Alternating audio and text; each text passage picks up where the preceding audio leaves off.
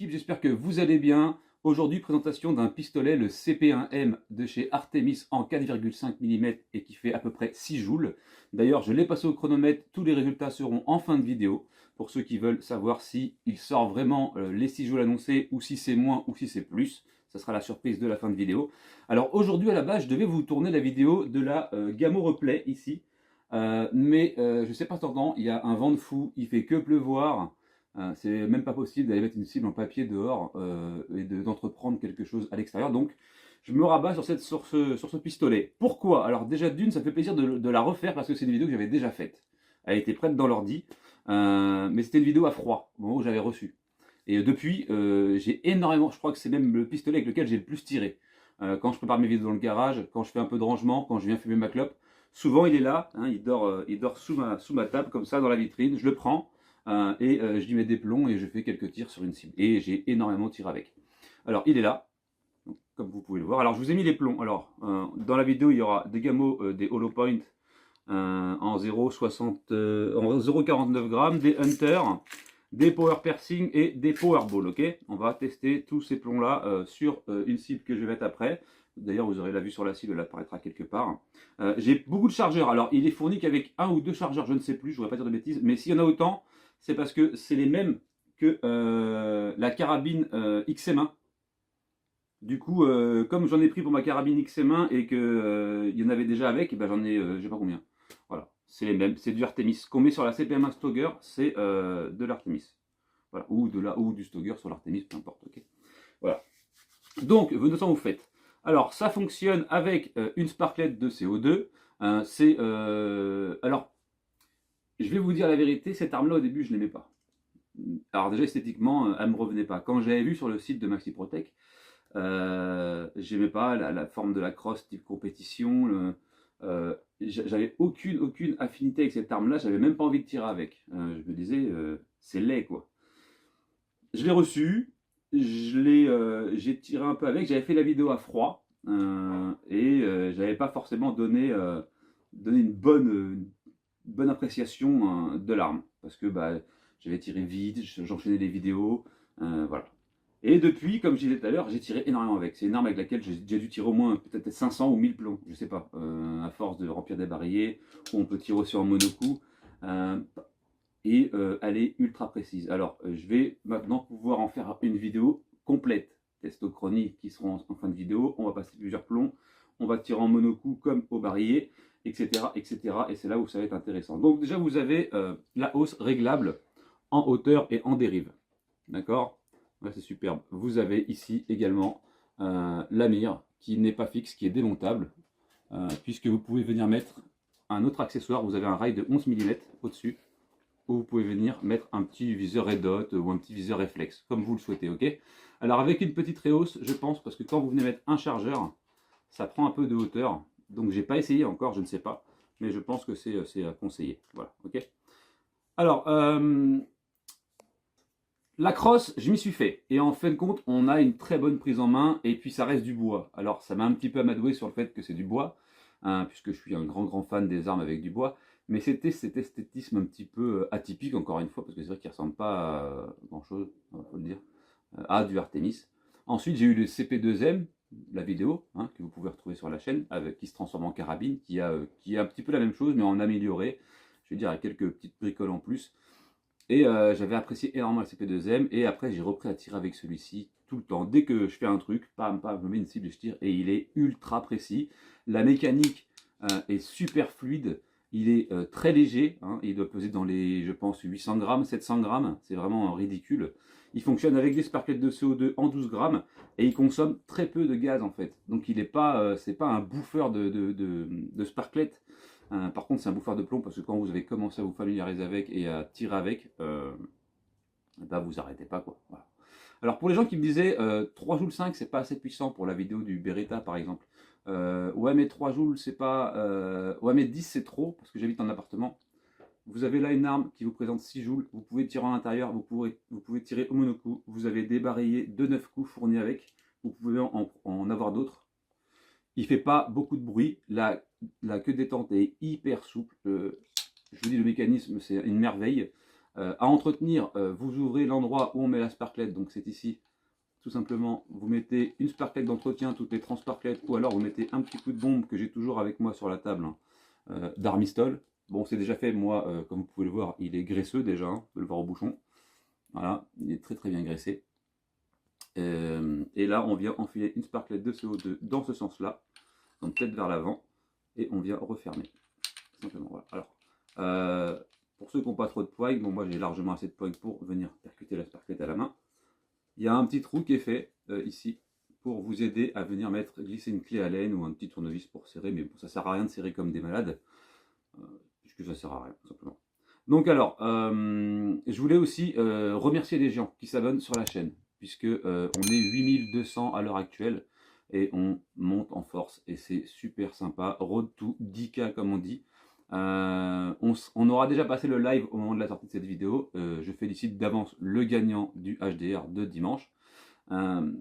N'oubliez pas de laisser un petit pouce bleu pour le référencement, donc un pouce vers le haut, ça coûte rien, ça prend 2 secondes, et de partager les vidéos et de laisser un petit commentaire de critique, que vous aimiez pas, ce qui vous plaît pas, dans l'arme par exemple, ou si vous avez des questions ou des choses que j'ai pu oublier, je serais ravi d'y répondre, ok?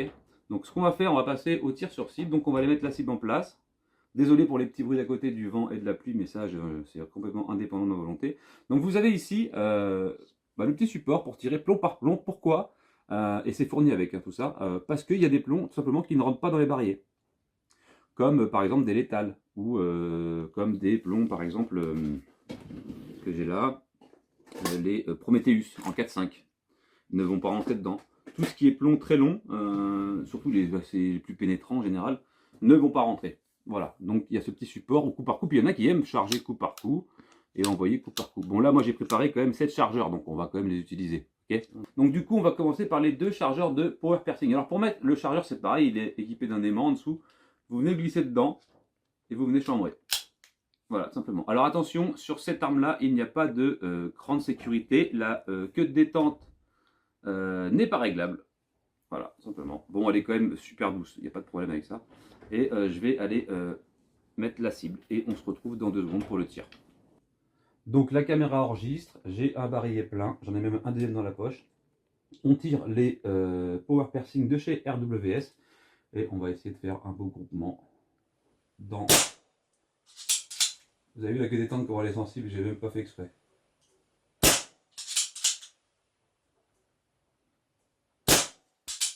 La queue de détente est tellement souple. Attention de ne pas vous faire surprendre. Hein. C'est comme ça qu'on fait des flyers. On est environ à... Je suis à 6 mètres au maximum là, je ne peux pas aller plus loin. Mais c'est une arme qui peut aller sans problème entre 10, 15 mètres, 20 mètres même.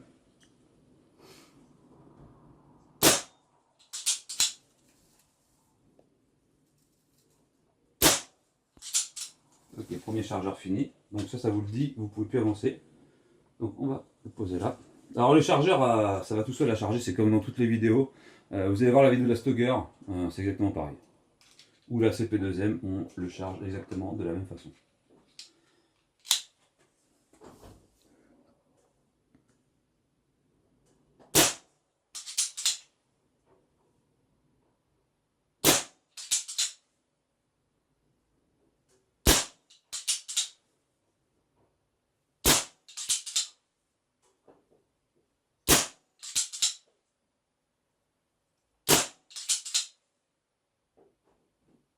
Il n'y a aucun frottement, il n'y a rien, c'est du bonheur.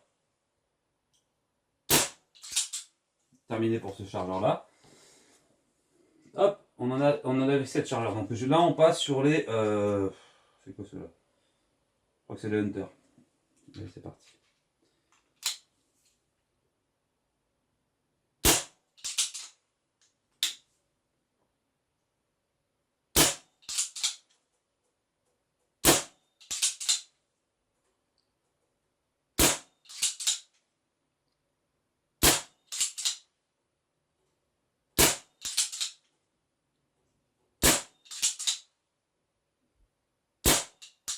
Pour avoir une cadence rapide aussi avec, c'est super sympa. Il est vraiment pas fatigant au niveau des bras. Ok. Petite pause, je vais retourner la cible parce qu'il y en a une deuxième avec une surprise et je vous reprends après. Alors là, on passe sur des Powerball de chez RWS.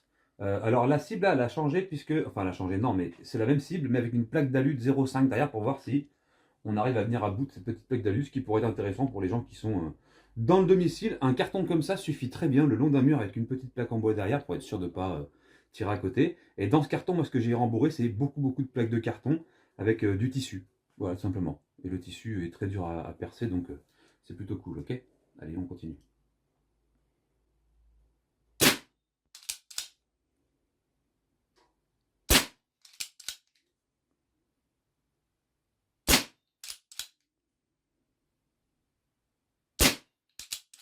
Il envoie dur, hein.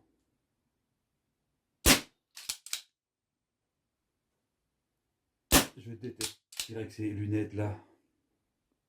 En fait, si vous voyez mes lumières là, regardez mes lumières là, j'ai ça dans la gueule en fait quand je tire. C'est horrible. J'aurais préféré être dehors, mais le temps ne me le permet pas.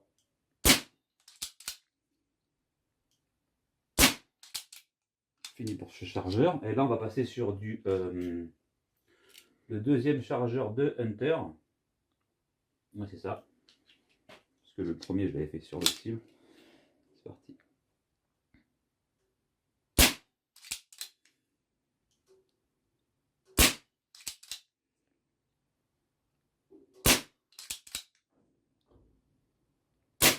Bon, si je suis pas trop dans le trou, c'est parce que je change de plomb.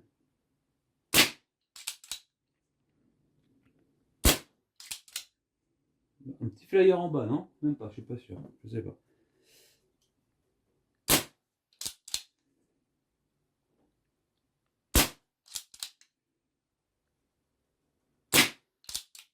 Fini.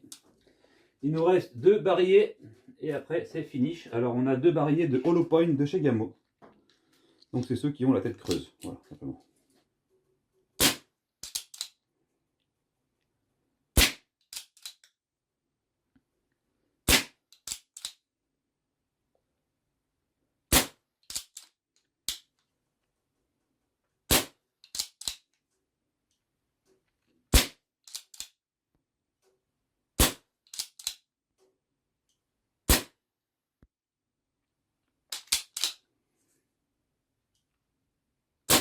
Je crois qu'on est en fin de... Ouais.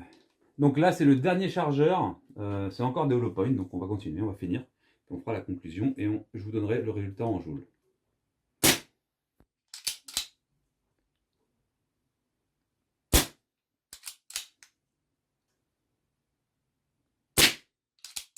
Ah, je crois qu'on est passé au travers.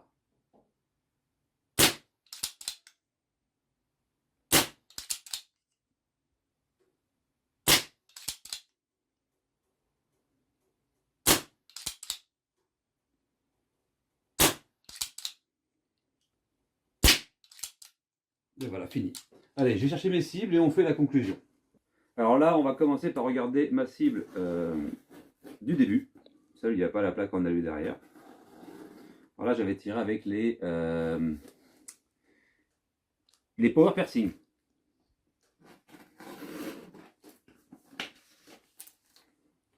Non, c'est pas trop mal. Après, je vous dis, j'aime pas tirer avec les lunettes, mais bon, je suis obligé de le faire parce que déjà d'une, je suis à une courte distance, ce qui est très pas bon. C'est vraiment mauvais, ça peut rebondir. Ouais, donc on est quand même pas mal, hein. Dans l'ensemble, c'est très bien. Ok, on était à 6 mètres, sachant que si on s'applique vraiment, on met tout dans le mille, hein. Voilà. J'ai aussi du coup changé de plomb et quand on a un certain poids, donc je crois qu'on a commencé par des lourds, et dès qu'on est passé au plus léger, on est remonté, ce qui est complètement logique, parce qu'on a commencé par du 0,61 g, et juste derrière, j'ai fait du 0,49 g. Donc c'est complètement logique que au même endroit où je visais, ça monte. Forcément, c'est plus léger, ça prend plus de vitesse. Donc ok pour cette cible. Alors, mais c'est un très beau groupement. Alors, ça, on avait 0,5 d'alu, ok? C'est déjà une belle épaisseur d'alu, et puis c'est plutôt sympa. Alors pour ceux qui me demandent où je trouve ces plaques, ces petites plaques là comme ça, toutes déjà prédécoupées, ça coûte rien. Je les trouve sur Amazon. Chez Bezos, maintenant il a vendu. Ah bah voilà. Donc oui, il vient à bout des 0,5 d'alu. Alors ça, c'est mon groupement. Coucou! Tu me vois? Voilà mon groupement des 3 barillet que j'ai tiré. Avec la petite plaque d'alu. Donc on est bien. Donc si je tenais la cible à l'endroit, ce serait mieux quand même. Voilà. Donc quelques-uns qui ne sont pas passés. C'est surtout des... là, on voit qu'il y a une bosse. C'est un quoi qui n'est pas un hunter. Mais tout le reste, c'est ça. Putain, ça l'a dépouillé quoi. Ok. Voilà. Alors, avant de passer au chrony ce CP1M, pour voir s'il sort ses joules ou s'il sort plus que ce qui est annoncé. Donc là, je viens de tirer, on va tirer des Powerballs. Ok, c'est parti. 137 mètres secondes. On va faire un deuxième coup.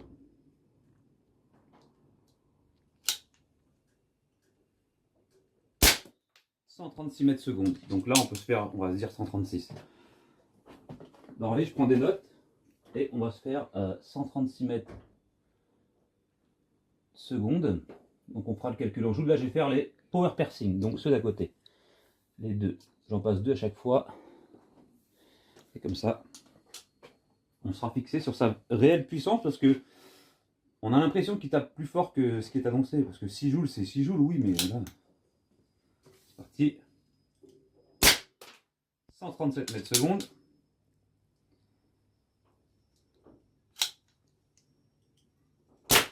« 136 mètres secondes. On va regarder le chrony. Hein. Hop. Voilà. Parfait. Alors, on est à 130, on va mettre 136 également pour les power piercing qui font pas le même poids en plus. Hein. Donc 136 mètres secondes. On va faire les Gamo Hunter à 0,49 grammes. Donc ils sont là. Donc on va tirer 4 sortes de plomb hein, dans cette vidéo. J'en ai perdu un. On va d'autres là. Hop. Et bien sûr, hein, on va revenir avec une Sparkless 9 pour tirer les barillet qui sont prévus. Ok. N'hésite pas à t'abonner, ça fait toujours plaisir. Ah, il m'a mis une erreur, mais j'ai vu 146 apparaître, alors on va recommencer.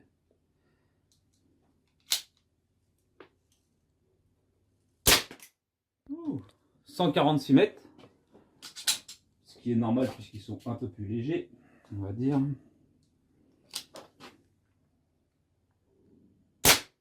145 mètres, on va mettre 145. 145 mètres. Et on va finir par les Hollow Point de chez Gamo qui font 0,49 grammes également. Donc on devrait avoir à peu près le même résultat, je suppose, dans la logique des choses. Et comme ils n'ont pas le même profil aérodynamique, on peut être surpris ou être déçu, ça dépend. Go. 146 mètres pour les Hollow Point. Et 146 mètres également. Voilà. Donc, on va faire ce petit calcul. Alors, 146 mètres.